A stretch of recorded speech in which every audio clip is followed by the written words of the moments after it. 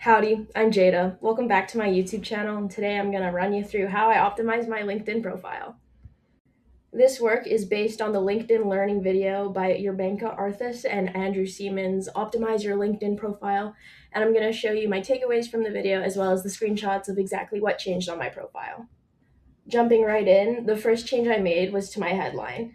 At the timestamp of 10:42, Yerbanka explains that a strong headline should answer the three questions: what do you do, who do you help, and how do you help them?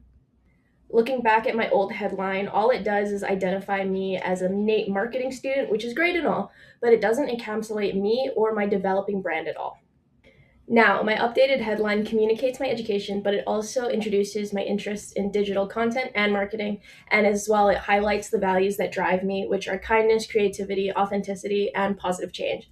And I think this headline gives profile visitors a much stronger sense of who I am and what kind of marketer I hope to become. The next section I updated was my About section. At the timestamp of 14:06, Andrew explains that the About section should answer three questions: who are you, what is your history, how do you want people to know you?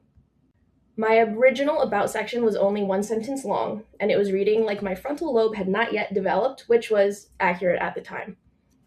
My revised About Me section tells a lot fuller of a story. It talks about my time at McEwen University during the pandemic, my experiences around Lake Louise in the Banff area, and then my current studies at NATE.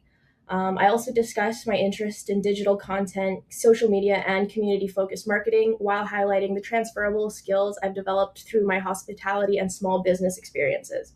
I wanted this section to feel authentic and help people understand that it's not just what I've done, but who I am and what motivates me as a person. And you might think it's quite hefty for an About section, and as Andrew states, it shouldn't be a novel, but I do in fact contain multitudes, so I do think it's an appropriate length of an About Me section.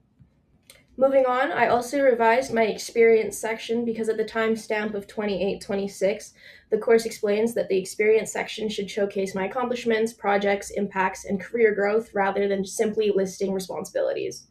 And previously on my profile, I had just that. It read as a list of odd jobs I held and very generic responsibilities that I had in these roles. But then, with the insights of the LinkedIn Learning video, I rewrote my experiences to focus more on the transferable skills and what I learned from each role that I held. For example, my various serving and hospitality experiences now highlight my adaptability, communication, and customer service skills. My dabblings in the accounting world emphasizes my attention to detail, operational responsibility, and analytical thinking. And sprinkling my helpings with my dad's Chinese food court stall at Kingsway Mall testifies general business fundamentals. And these changes help to tell a more cohesive story about my background and how my experiences connect to my interests in marketing. Next, I updated my skills section. At the timestamp of 33:20, the course explains that skills are extremely important because often recruiters are searching for candidates using specific skills rather than job titles.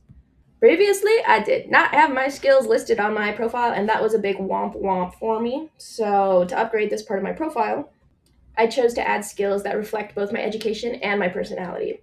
I include digital marketing and creative content creation to showcase my career interests, while emotional intelligence, interpersonal skills, and creative problem solving highlights the strengths I've developed through years of customer facing work.